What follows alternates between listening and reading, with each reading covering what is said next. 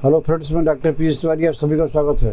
दोस्तों, वीडियो बनाने के पहले मैं आपको एक इन्फॉर्मेशन देना चाहता हूँ। मेरा एक और चैनल है जिसका नाम है doctor P S Tiwari shorts, इसको भी लाइक कीजिए, शेयर कीजिए और सब्सक्राइब कीजिए। तो आज का टॉपिक है हमारा एक्जिमा। एक्जिमा की मैं आपको कुछ होम्योपैथिक दवाई बताने जा रहा हूँ। चलिए शुरू करते हैं।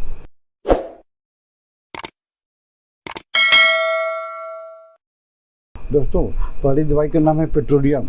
पेट्रोलियम में क्या रहता है कि एक्जिमा कहीं भी है, किसी भी जगह है, अगर एक्जिमा के अंदर में ड्राइनेस रहे और क्रेक रहे, ड्राइनेस सूखा रहे और जगह जगह दरार पड़ गई हो, क्रेकिंग रहे, भले जो है वो एक्जिमा आपका ठंडी के मौसम में बढ़ जाता है, ये सिम्टम नहीं भी मिले, लेकिन अगर ड्राइनेस और क्रेक ये दो सिम्टम मिल गया है तो आप जो है पेट्रोलियम 200 पावर में सप्ताह में एक बार लगातार लेते रहिए।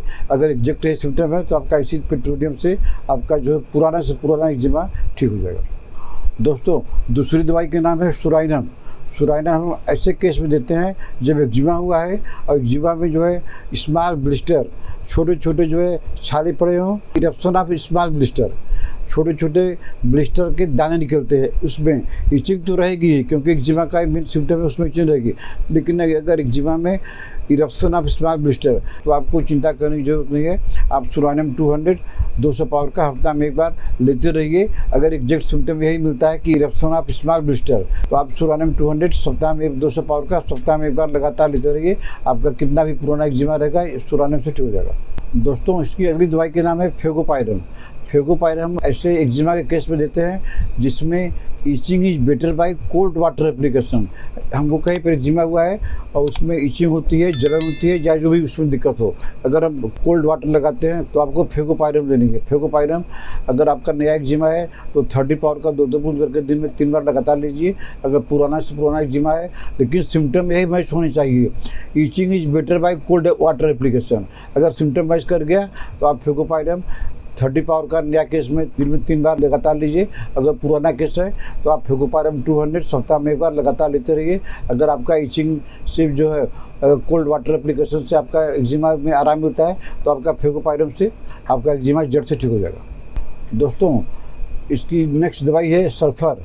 सल्फर तो आप जानते हैं कि सल्फर बहुत ही कॉन्स्टिट्यूशनल दवाई है, लेकिन अगर एक्जिमा में जलन हो रही है, बर्निंग हो रही है तो आप जो सल्फर 200 लीजिए हफ्ता में एक बार।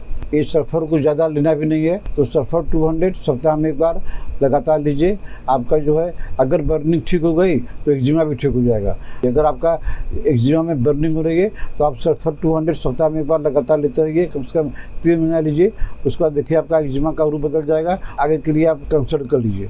दोस्तों, अगली दवाई का नाम है हिपरसल्फ। हिपरसल्फ हमको लेना है 200 पावर का, एक दिन छोड़कर एक दिन।